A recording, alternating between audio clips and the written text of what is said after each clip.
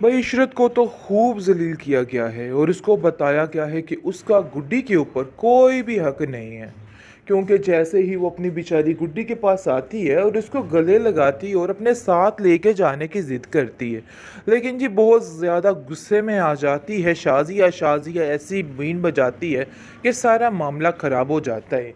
लेकिन आप देखेंगे कि सोनी बड़ी खुश है और हमजा को कहती है कि देखा ना आप लोगों का इलाज हुआ। मैं तो आप लोगों को पहले ही कहती थी भाई इस तरह की हरकतें छोड़ दें और उसके लिए इसी तरह से मरे जाना कोई नेकी का काम नहीं है। जिस पर आप देखेंगे कि शाज़िया कहती है कि खबरदार इशरत, तुमने इस घर में दोबारा आने की कोशिश की, मैं तुम्हें इस बात के लिए कभी भी माफ़ नहीं करूँगी। ये बात तो फाइनल और तय है कि गुड्डी यहाँ से नहीं जाएगी। हमजा आके काफ़ी चीखता चिल्लाएगा और कहेगा कि उस बेचारी को हमने कैदी बनते हुए देखा है। देखा नहीं आपने कि शाजी आंटी हमारे सामने उसकी क्या हालत कर रही थी, तो पीछे से उस बेचारी का क्या हाल करती होगी। आगे से उसकी माँ कहती है कि बात तो तुम्हारी बिल्कुल ठीक है, लेकिन देखो हमजा, मैं मजबूर थी, मैं कैसे उसको यहाँ से ले आती। लेकिन जहांगीर भी उसको कहता है कि उनके चुंगल से छुड़वाना सिर्फ और सिर्फ अब मेरा काम है और बहुत जल्द मैं ऐसा ही करूँगा। वो लड़की हमारे पास होगी, क्योंकि ये मामला ऐसे नहीं चलेगा। शाजिया बहुत ही लालची औरत है और उनके दिमाग में जो कुछ चल रहा है मैं बड़े अच्छे तरीके से जान चुका हूँ। शाजिया औरंगजेब से कहती है कि देख लीजिए कितने लालच के भरे हुए लोग हैं, किस तरह लालच के पीछे पीछे गुड्डी को अपनाने की बातें की जा रही हैं। आखिर कोई ऐसा कैसे कर सकता है। जिसको सुनकर वो कहता है कि बात तो तुम्हारी ठीक है, तुमने बड़ा ही अक्लमंदी का काम किया है भाई, उसको वहां पर ना बेच के बहुत ही बेहतरीन और आला किस्म का काम किया है। जिसको सुनकर वो कहती है कि मुझे यकीन था कि ये लोग सिर्फ और सिर्फ पैसे की लालच में उसको यहाँ पे लेके जा रहे हैं, इसलिए मैंने भी ठान ली है कि अब ये लड़की वहाँ पे नहीं जाएगी। जब तक गुड्डी की दौलत हमारे पास नहीं होती है मैं इसको वहाँ पे जाने नहीं दूंगी। जिस पर औरंगजेब कहता है कि बिल्कुल ठीक कह रही हो, अभी इसका वहाँ पे जाना बिल्कुल गलत है, लेकिन गुड्डी के सामने कोई भी बात करने से इज्तनाब करना, क्योंकि तुम्हें नहीं पता अब कोई भी ऐसी बात खुल गई तो मामला ख़राब हो जाएगा और मैं कोई किसी किस्म की गड़बड़ नहीं चाहता हूँ। कैदी है तो कैदी ही ठीक है, हमारी मर्जी, हम इसके साथ जो मर्जी करें, आप लोगों को कुछ भी बोलने की ज़रूरत नहीं है।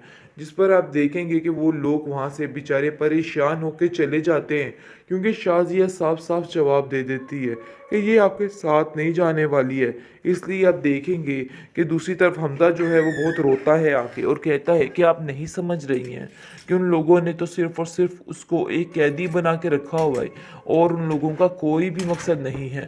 वो चाहते हैं कि बस वो उनके घर के काम कर दे और सारा मामला जो है वो ठीक रहे। औरंगज़ेब कहता है कि मुझे समझ नहीं आ रही है कि आखिर ये मान कैसे गया। कल तक तो ये इस बात के खिलाफ था और आज इसको ऐसा लग रहा है कि जैसे इसको साथ लेके जाना ही इशरत की सेहत का राज है। आखिर कैसे हो गया, उनका भी दाल में कुछ काला लग रहा है, क्योंकि जहांगीर भी किसी मकसद के बगैर कुछ ऐसा नहीं करता है, क्योंकि वो भी जानता है कि इसके पास अच्छी खासी दौलत है और इस दौलत को पाने के लिए वो कुछ भी कर सकता है। इसलिए वो भी ये चाल चल रहा है, लेकिन मैं ऐसा नहीं होने दूंगा। ये बात तो तय है कि गुड्डी वहाँ पे कभी भी नहीं जाएगी, क्योंकि अगर गुड्डी वहाँ पे चलेगी तो मामला ख़राब हो जाएगा। तुमने बहुत अक्लमंदी की शाजिया जो गुड्डी को वहाँ पे नहीं भेजा, वरना आज काफ़ी हद तक मसला ख़राब हो सकता था। तुम्हारी वजह से आज मैं बच गया। जिसको सुनकर वो कहती है, अरे भाई मुझे तो पहले ही समझ आ गई थी कि माजरा क्या होने वाला है। इशरत बड़े मान और बड़े चाव के साथ अपनी भांजी को लेने के लिए उसके घर जा पहुंचती है। बहुत खुश होती है कि वो अपनी भांजी को लेके वापस आ जाएगी और सब कुछ ठीक हो जाएगा। उधर जाकर उससे माफ़ी मांगती है और कहती है, क्या तुम मुझे गुड्डी माफ़ कर सकती हो? जो कुछ हुआ सो हुआ, लेकिन यकीन मानो मैं तुमसे बहुत प्यार करती हूँ। जिस पर गुड्डी भी रोकर अपनी खाला के गले लग जाती है और कहती है कि आपको ये बात यकीन दिलाने की ज़रूरत नहीं है, मैं जानती हूँ कि आप मुझसे बहुत ज़्यादा प्यार करती हैं। लेकिन अब देखेंगे कि ऊपर से ही शाजिया टपक पड़ेगी। शाजिया कहेगी कि आखिर ये सारा क्या माजरा हो रहा है। देखो ये बात तो तय है और साफ है कि ये गुड्डी जो है इसका आप लोगों पर अब कोई हक नहीं है और आप लोग इसका हक नहीं रखते।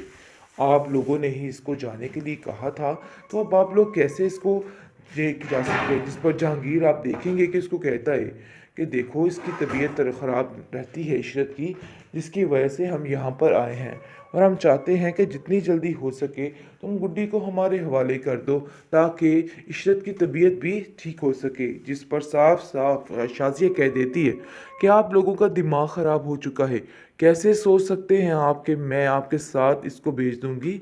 अरे भाई ऐसा नहीं हो सकता, ये बात अपने जहन से निकाल दीजिए। अगर आप लोग ऐसा सोच रहे हैं ना तो फिर देखिएगा। जिस पर वो साफ साफ गुस्से में आग बगोला हो जाती है और छुरी निकाल लेती है और कहती है कि खबरदार गुड्डी को यहाँ से कोई लेके गया, अगर आप लोगों ने गुड्डी को यहाँ से कभी लेके गए तो मेरा मरा हुआ मुंह देखेंगे। जिस पर आप देखेंगे कि गुड्डी भी परेशान हो जाती है और हालांकि साथ से पीछे हो जाती है क्योंकि वो जानती है कि माजरा ख़राब हो जाएगा। अपनी खाला से कहती है कि आप यहाँ से चले जाएं, मैं आपकी इस तरह से जलालत बर्दाश्त नहीं कर सकती हूँ। जिसको सुनकर वो कहती है कि गुड्डी मुझे तो समझ नहीं आ रही मैं क्या करूँ, क्योंकि शाजिया बार बार एक ही बात कर रही है और कहती है कि आप लोग सिर्फ़ और सिर्फ लालच की वजह से यहाँ पे आए हैं, इसके अलावा आप लोगों का कोई मकसद नहीं है। जिस पर आप देखेंगे कि जहांगीर भी उल्ट पड़ता है और कहता है कि ये क्या मामला है औरंगज़ेब, आप लोगों ने क्या तमाशा पकड़ रखा है, आप लोग सरासर उसको कैदी बना के रखा हुआ है, इसके अलावा आप लोगों का कोई भी मकसद नहीं है। जिस पर शाजिया कहती है कि बस कैदी है तो कैदी ही ठीक है, हमारी मर्ज़ी, हम इसके साथ जो मर्ज़ी करें, आप लोगों को कुछ भी बोलने की ज़रूरत नहीं है।